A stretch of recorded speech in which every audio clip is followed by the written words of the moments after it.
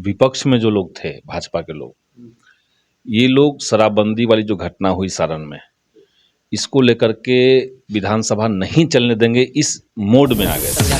नहीं, सरकार कहती है कि दारू पिएगा सो मरेगा, ये बेचवाएगा सो कुछ नहीं होगा। कौन बेचवा रहा है, कौन बेच रहा है। जना बहादुर गिराय रहले ओने ते गिरवा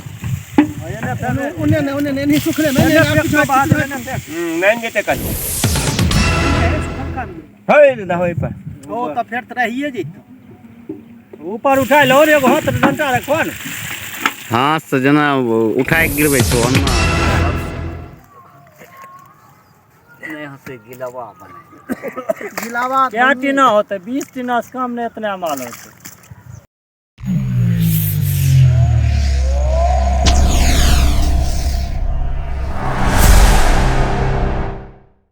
जना बहादुर गिराय रहले ओने ते गिरवा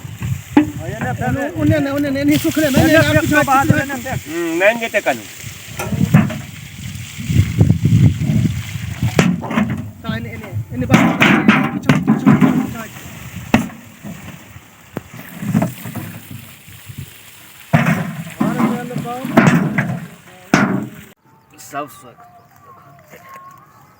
नहीं हंसे गिलावा बने गिलावा क्या टीना होता 20 टीना से काम नहीं इतने माल होते नहीं 5 टीन होते नहीं आसे बंद कर तब पानी टांगते अस्थिर से कपड़ा में नहीं पड़े ये मैया गे ये मोगवा का कर रहेगी। अभी हम बीजेपी नवल किशोर यादव जी के ऑफिस में आए हुए हैं। तमाम प्रकार के बिहार विधानसभा सत्र चल रहा था, जिसमें प्रतिदिन कुछ न कुछ हो हंगामा देखने को मिला। खासकर बिहार में नौजवानों को लेकर, कभी बहाली को लेकर तो कभी बहाली अटकी पड़ी है उसको लेकर हो हंगामा देखने को मिला। आज हम बात करेंगे कि हंगामा के बाद कुछ होने की भी आशा है या फिर हंगामा होकर ही खत्म हो गई विधानसभा सत्र। सबसे पहले तो बहुत बहुत आपको भी बहुत बहुत धन्यवाद। ये जो विधानसभा जो सत्र चली, विधानसभा सत्र में इतना बड़े पैमाने पर और हंगामा हुई, उसके बाद कुछ रिजल्ट आने की संभावना है? विपक्ष में जो लोग थे भाजपा के लोग, ये लोग शराबबंदी वाली जो घटना हुई सारण में, इसको लेकर के विधानसभा नहीं चलने देंगे, इस मोड में आ गए थे।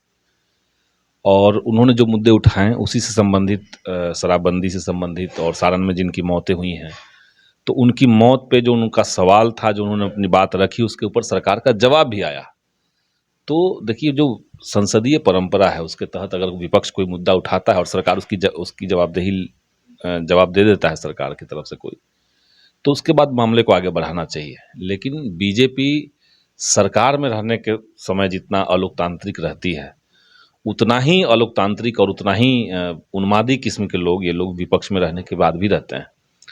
और इसलिए जो कई सारे महत्वपूर्ण मुद्दे जो बीजेपी के लोगों ने उठाया था, उसको भी उन लोगों ने नहीं होने दिया, उस पर उन लोगों ने उपस्थित ही नहीं थे उस समय। तो कई मुद्दे तो दबे, जाहिर सी बात है इसके चलते।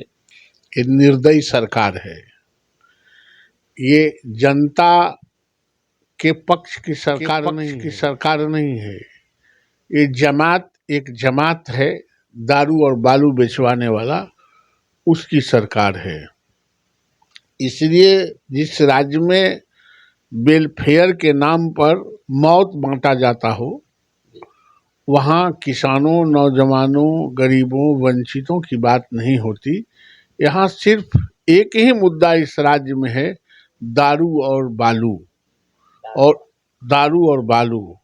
ये कैसे बिकेगा, नहीं बिकेगा, कौन पी के मरेंगे, कौन कहाँ बालू स्कूटर पर ढोवाएगा।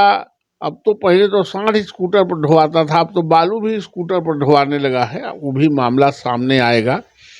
तो ये सरकार निर्दयी लोगों की सरकार है और नीतीश कुमार को आवाम से कोई मतलब नहीं। वो थक गए हैं, बुजुर्ग हो गए हैं, इसलिए अब बहुत दूर तक सोच नहीं पाते। छपरा में इतना बड़ा दारू कांड हुई, इतना लोगों की मृत्यु हुई, उसके बाद आप लोग की डिमांड था कि कुछ मुआवजा दिया जाए, तो मुआवजा के लेकर भी अभी तक कुछ संज्ञान नहीं है? नहीं, सरकार कहती है कि दारू पिएगा सो मरेगा, ये बेचवाएगा सो कुछ नहीं होगा। कौन बेचवा रहा है, कौन बेच रहा है, अब तो नीतीश कुमार जी ने कहा है कि जो दारू बेच रहा है उसको हम 1 लाख रुपया का और पुरस्कार देंगे। अभी हाउस में घोषणा किया था, दारू बेचने वाले को 1 लाख रुपया और देगा कि आओ पूंजी हो जाए, अच्छा से बेचे।